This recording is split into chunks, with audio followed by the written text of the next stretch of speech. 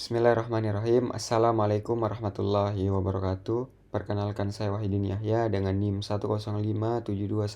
1057211345519 dari kelas Manajemen Marketing 19A.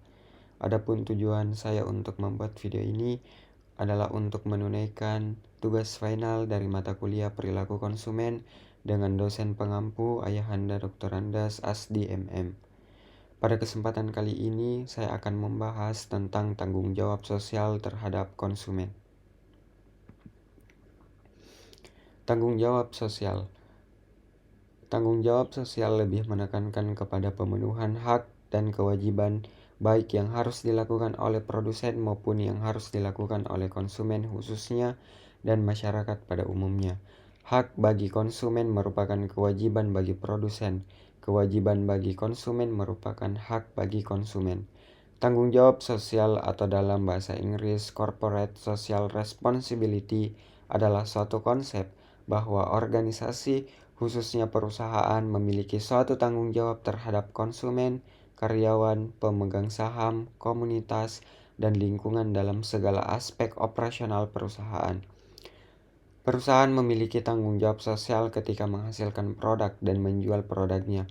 Konsekuensinya, praktek produksi yang bertanggung jawab seperti produksi yang menjamin keselamatan pelanggan dan memiliki peringatan yang semestinya untuk mencegah efek samping negatif suatu produk.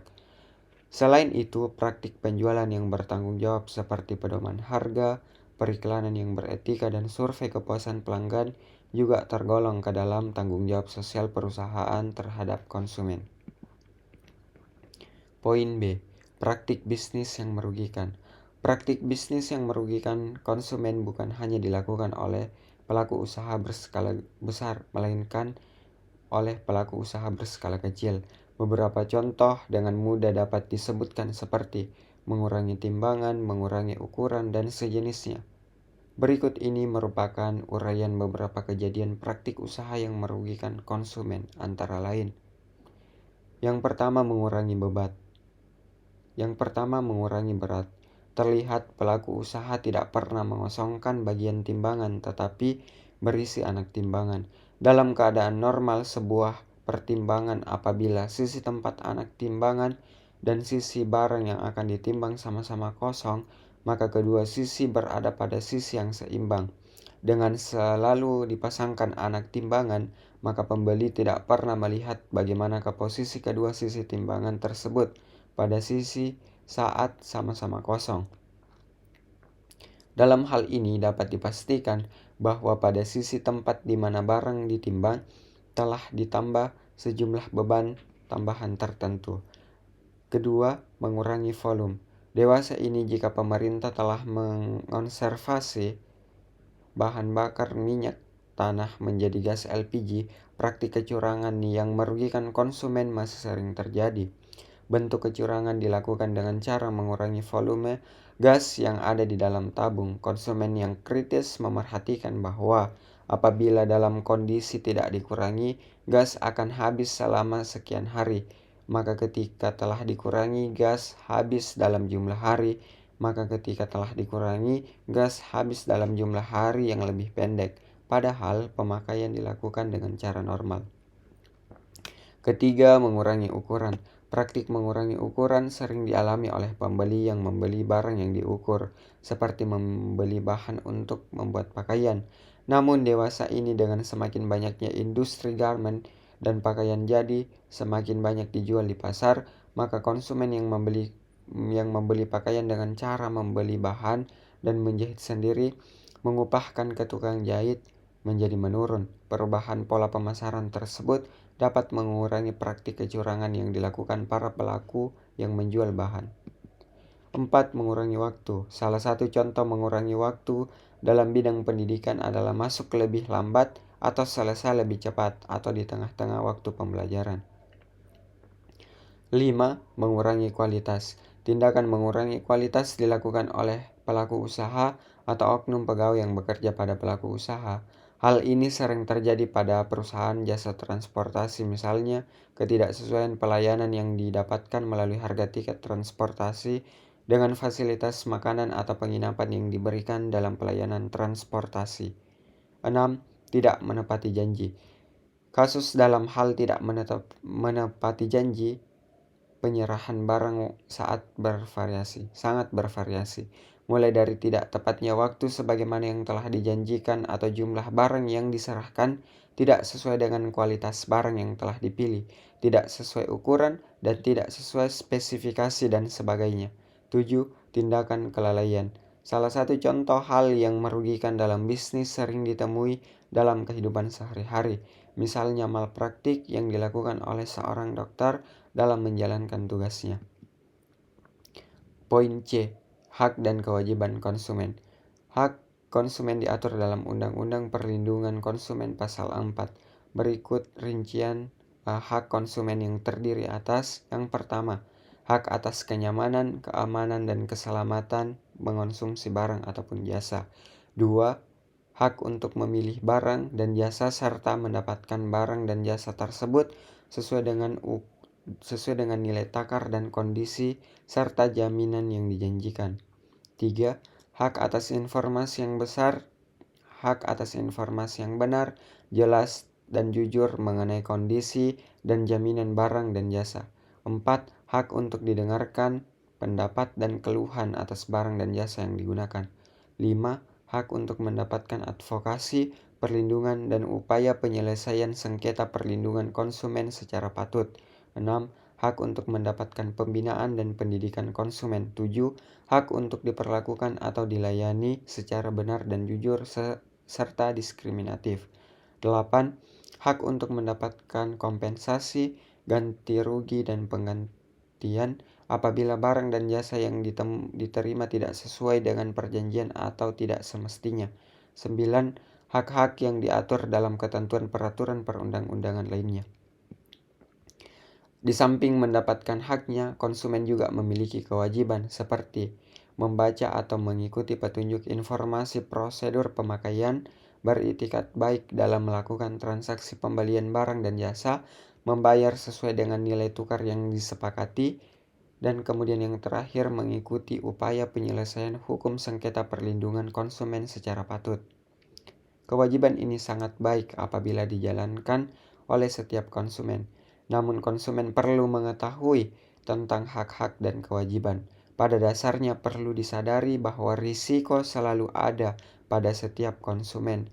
Oleh karena itu, tindakan hati-hati dan cermat sangatlah dianjurkan. Hak dan kewajiban produsen. Yang pertama, kita akan membahas tentang hak produsen. Yang pertama, hak untuk menerima pembayaran yang sesuai dengan kesepakatan mengenai kondisi dan nilai tukar barang dan jasa yang diperdagangkan. Kemudian, hak untuk mendapatkan perlindungan hukum dari tindakan konsumen yang beriktikat tidak baik. Kemudian, hak untuk melakukan pembelaan diri sepatutnya di dalam penyelesaian sengketa konsumen.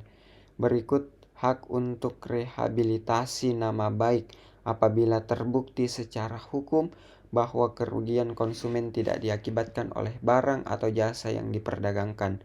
Dan yang terakhir, hak yang diatur dalam ketentuan perundang-undangan lainnya. Adapun kewajiban produsen. Yang pertama, beriktikat baik dalam melakukan kegiatan usahanya, memberikan informasi yang benar, jelas, dan jujur mengenai kondisi dan jaminan barang dan jasa, serta memberi penjelasan penggunaan, perbaikan, dan pemeliharaan. Kemudian memperlakukan atau melayani konsumen secara benar dan jujur, serta tidak diskriminatif. Kemudian menjamin mutu barang dan jasa yang diproduksi dan mencoba barang dan jasa tertentu serta memberi jaminan dan garansi atas barang yang dibuat untuk diperdagangkan. Kemudian poin E memberikan kesempatan kepada konsumen untuk menguji dan mencoba barang tertentu serta memberi jaminan atau garansi atas barang yang dibuat dan diperdagangkan. Poin F memberikan kompensasi, ganti rugi, dan pergantian atas kerugian akibat penggunaan, pemakaian, dan pemanfaatan barang dan jasa yang diperdagangkan. Kemudian memberi kompensasi, ganti rugi, dan penggantian apabila barang dan jasa yang diterima atau dimanfaatkan tidak sesuai perjanjian. Poin E, Yayasan Lembaga Konsumen. Pendirian Yayasan Lembaga Konsumen Indonesia atau disingkat YLKI didasari pada perhatian atas kelangkaan produk nasional yang berkualitas dan kecenderungan memilih dan berbelanja produk impor di era 70-an, serta perhatian terhadap perlu pemberdayaan bangsa dan produksi dalam negeri. Kelembagaannya disahkan melalui Akta Notaris Lembaga Loemban Tobing SH pada tanggal 11 Maret 1973. YLKI diprakarsai oleh figur-figur yang telah ikut berjasa dalam masa perjuangan kemerdekaan, sebagian besar diantaranya oleh para tokoh perempuan pejuang seperti Ibu Sujono Prawirabisma, Ibu S.K. Trimurti, Ibu Soemarno, serta Ibu Lasmija Hardi yang kemudian menjadi ketua YLKI pertama. Keberadaan YLKI diharapkan tidak hanya dapat mendorong penggunaan produk dalam negeri di tengah maraknya keberadaan produk impor, tetapi juga dapat memperkuat posisi konsumen. Motto YLKI sendiri yakni melindungi konsumen, menjaga martabat produsen, dan membantu pemerintah. Berbeda dengan gerakan konsumen di negara-negara maju, gerakan konsumen Indonesia tidak hanya terfokus kepentingan konsumen semata. Kemudian, poin F. Undang-Undang Perlindungan Konsumen. Pada tahun 1999, pemerintah bersama Dewan Perwakilan Rakyat mengeluarkan Undang-Undang Nomor 8 Tahun 1999 tentang perlindungan konsumen. Undang-undang ini memuat 15 bab, 65 pasal, disahkan dan diundangkan di Jakarta pada tanggal 20 April 1999 dan ditandatangani oleh Presiden Baharudin Yusuf Habibie. Adapun undang-undang tentang perlindungan konsumen tersebut ada pada lampiran. Syukran jazakumullah khair. Sebelum saya tutup, mungkin ada kutipan hadis yang mengatakan bahwasanya siapa yang menempuh jalan untuk mencari ilmu, maka Allah akan mudahkan baginya jalan menuju surga. Hadis riwayat Muslim nomor 2699. Kemudian didukung juga dengan hadis, barang siapa yang keluar untuk menuntut ilmu, maka ia berada di jalan Allah hingga ia pulang. Hadis riwayat Tirmizi. Billahi fi sabilil haq, bersama Allah di jalan kebenaran. Fastabiqul khairat, berlomba-lomba dalam kebaikan, dan tetapi tidak untuk saling meninggalkan. Wassalamualaikum warahmatullahi wabarakatuh.